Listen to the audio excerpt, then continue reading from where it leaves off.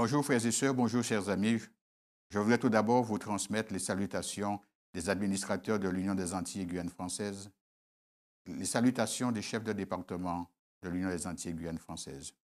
Je voudrais reconnaître et saluer la réactivité et le dévouement des administrateurs, des pasteurs, des membres d'Église, des administrations des institutions scolaires de la Guyane, de la Guadeloupe, de la Martinique, face à une situation inédite et particulièrement délicate, celle du coronavirus COVID-19.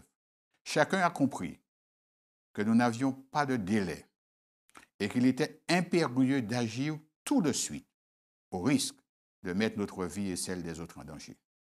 Nous abordons une nouvelle période de confinement. Cela peut paraître long, difficile à supporter, contraignant et éprouvant. Continuons à appliquer les consignes sanitaires qui nous sont transmises par les autorités. Maintenir une distance sociale, éviter de se serrer la main, vous les connaissez.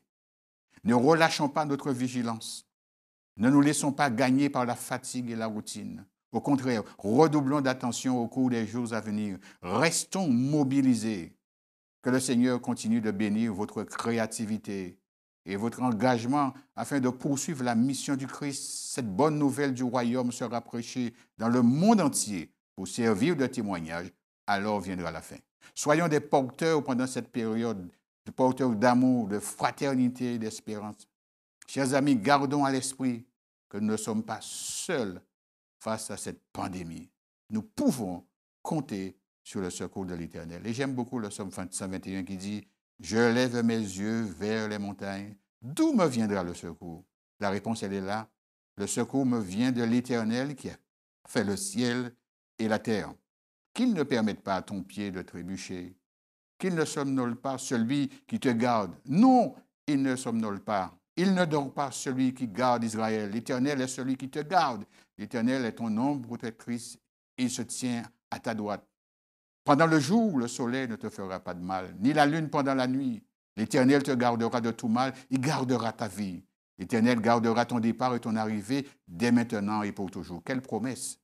Nous sommes invités à vivre cette crise dans un esprit solidaire. Solidaire avec les autorités, solidaire avec tous les soignants qui sont en première ligne pour nous aider, solidaire avec tous ceux qui souffrent. Nous devons vivre, frères et sœurs, chers amis, cette crise dans l'unité du Christ, l'unité entre les administrateurs des territoires, l'unité entre tous les pasteurs, l'unité entre toutes les églises de l'Union des Antilles et Guyane françaises. Je termine avec ce texte que j'ai cité tout à l'heure. Jésus disait, afin que tous soient un comme toi, Père, tu es en moi, et comme je suis en toi, afin qu'eux aussi soient un en nous, pour que le monde croie que tu m'as envoyé. Une nouvelle semaine, un nouveau défi, une nouvelle période de confinement. Je vous invite à trouver l'énergie qu'il faut en Dieu. Soyons solidaires.